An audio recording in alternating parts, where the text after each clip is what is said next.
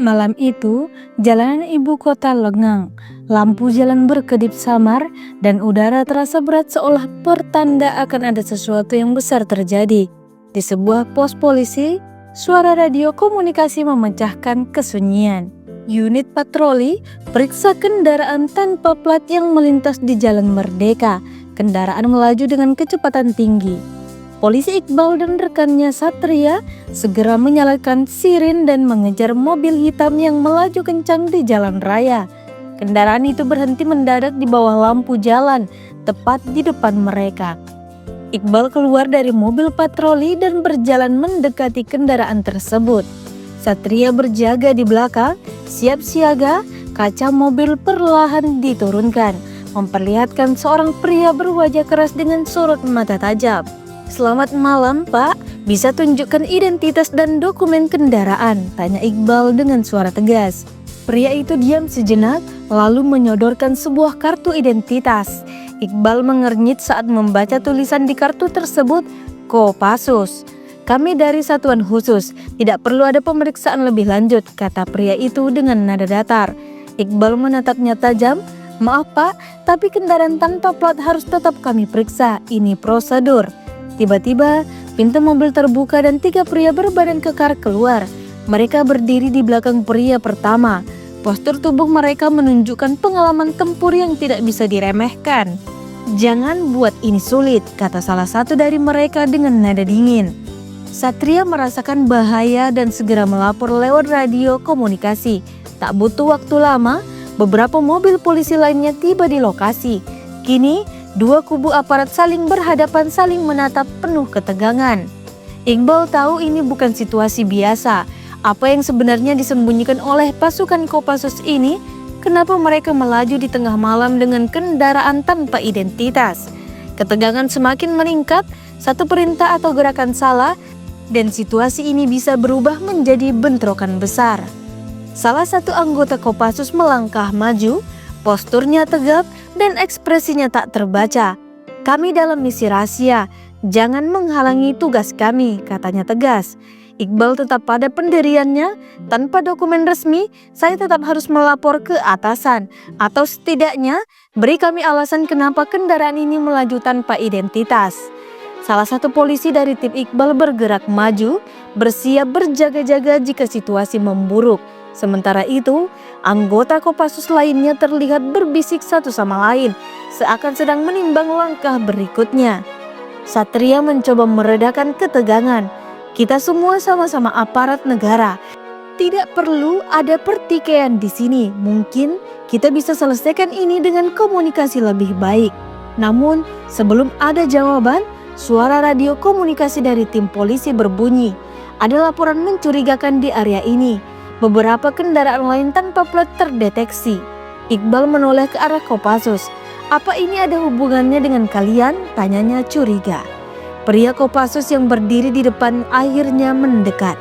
Suaranya lebih rendah namun tegas. "Kami tidak bisa memberikan informasi lebih lanjut, tapi percayalah, situasi ini lebih besar dari yang Anda kira." Ketegangan di antara mereka semakin meningkat, seakan berada di ambang konfrontasi besar. Ketika ketegangan hampir mencapai titik didih, suara siren lain terdengar dari kejauhan. Sebuah mobil hitam dengan plat khusus berhenti di tengah lokasi kejadian. Dari dalam, seorang pria berseragam polisi berpangkat tinggi turun, diikuti oleh seorang perwira militer. "Hentikan semua ini sekarang juga," suara tegas sang pria militer menggema di udara. Iqbal menoleh ke arah polisi berpangkat tinggi yang baru datang. "Komandan Haris," gumamnya mengenali atasannya. Sementara itu, pria dari pihak militer mendekati pasukan Kopassus. "Mayor Sandi, saya harap Anda punya alasan yang cukup baik untuk membuat keributan di jalanan seperti ini." Mayor Sandi, pemimpin tim Kopassus, memberi hormat. "Maaf Pak, kami sedang menjalankan misi yang sifatnya rahasia." Komandan Haris menatap Iqbal dengan tajam. "Iqbal, apa yang sebenarnya terjadi di sini?" Iqbal menjelaskan kronologi kejadian dengan detail. Sementara itu, Mayor Sandi bersikeras bahwa misinya tidak bisa diganggu-gugat. Komandan Haris mulai terlihat tidak puas. "Saya tidak peduli seberapa rahasia misimu. Jika kau berada di wilayah hukum kami, ada prosedur yang harus diikuti," seru Komandan Haris. Namun Mayor Sandi hanya tersenyum tipis. "Tuan, dengan segala hormat, tidak semua hal bisa dijelaskan di tempat terbuka dan kami juga punya wewenang sendiri." Komandan Haris semakin geram, tetapi sebelum perdebatan berlanjut, seorang anggota Kopassus menerima panggilan radio. Wajahnya langsung berubah serius. "Mayor, kita ada masalah besar. Salah satu target kita baru saja lolos dari pengawasan dan bisa jadi ada di sekitar sini." Semua orang di tempat kejadian menegang. Iqbal menatap Mayor Sandi, mencoba mencari jawaban. "Apa sebenarnya yang sedang kalian kejar?" tanya Iqbal.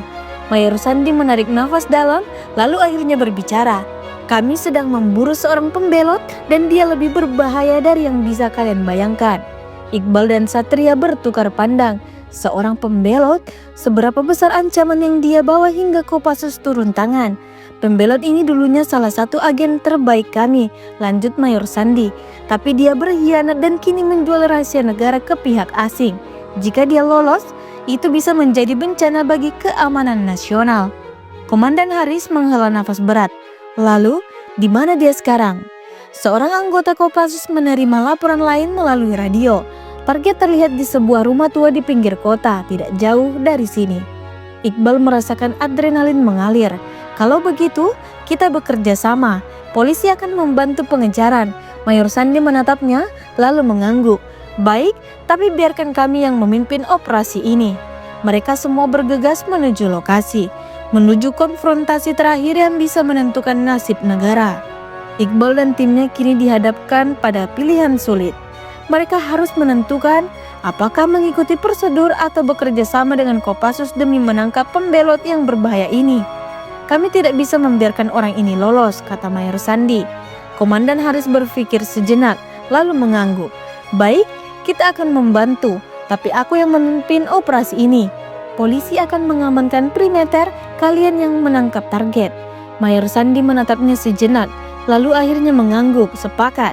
Mereka segera menuju lokasi yang disebutkan. Dalam perjalanan, suara radio kembali berbunyi. Target telah bergerak, dia menyamar dan bisa saja sudah melarikan diri keluar kota. Pengejaran besar pun dimulai. Malam yang panjang itu akhirnya berakhir dengan tertangkapnya Jaka Saputra. Namun bagi Iqbal dan timnya, semuanya belum benar-benar selesai. Setelah pengejaran yang melelahkan, mereka kembali ke markas untuk menyusun laporan dan menghadapi konsekuensi dari tindakan mereka. Di ruang briefing, Komandan Haris berjalan mondar-mandir dengan ekspresi tegang. "Meskipun kita berhasil menangkap Jaka, kita telah melanggar beberapa protokol dalam operasi ini," katanya tajam. "Ada pihak-pihak yang tidak senang dengan cara kita menangani situasi." Iqbal menatapnya penuh keyakinan. "Kami hanya menjalankan tugas, Pak. Jika kami tidak bertindak cepat, Jaka mungkin sudah melarikan diri." "Itu bukan intinya, Iqbal," bentakan Komandan Haris. "Ada tekanan dari atasan. Mereka ingin kita berhenti menggali lebih dalam soal jaringan Jaka. Sepertinya ada sesuatu yang lebih besar di balik semua ini." Di sisi lain, Mayor Sandi juga mendapatkan teguran dari petinggi militernya. "Operasi kalian menyebabkan ketegangan yang tidak perlu antara kepolisian dan Kopassus. Kami seharusnya bisa menyelesaikannya dengan lebih halus," ujar seorang kolonel dengan nada dingin. Namun, Sandi tidak bisa menghilangkan perasaan bahwa ada sesuatu yang janggal. Mengapa atasan mereka tiba-tiba ingin kasus ini dihentikan? Apa yang sebenarnya disembunyikan? Beberapa hari kemudian, Satria menerima pesan misterius dari seorang informan. "Jaka bukanlah dalang utama. Ada orang yang lebih berbahaya di balik semua ini," bunyi pesan itu. Iqbal dan Satria pun bertemu dengan informan tersebut di sebuah tempat yang dirahasiakan. Dari sana, mereka mengetahui bahwa Jaka bekerja untuk seorang petinggi yang memiliki akses ke informasi rahasia negara. Nama orang itu masih belum diketahui, tetapi informan memperingatkan mereka untuk sangat berhati-hati. "Semakin kalian menggali, semakin besar resiko yang kalian hadapi," kata informan itu sebelum pergi. Iqbal menoleh ke Satria dan Mayor Sandi. "Kita belum selesai, ini baru permulaan." Mereka sadar bahwa meskipun satu musuh telah dikalahkan, musuh yang lebih besar masih mengintai dalam bayangan.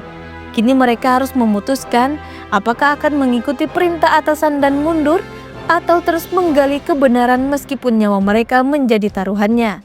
Beberapa hari kemudian, keputusan mereka semakin jelas. Dalam sebuah operasi rahasia, Iqbal, Satria, dan Mayor Sandi menemukan bukti bahwa pengkhianatan ini melibatkan tokoh-tokoh kuat dalam pemerintahan.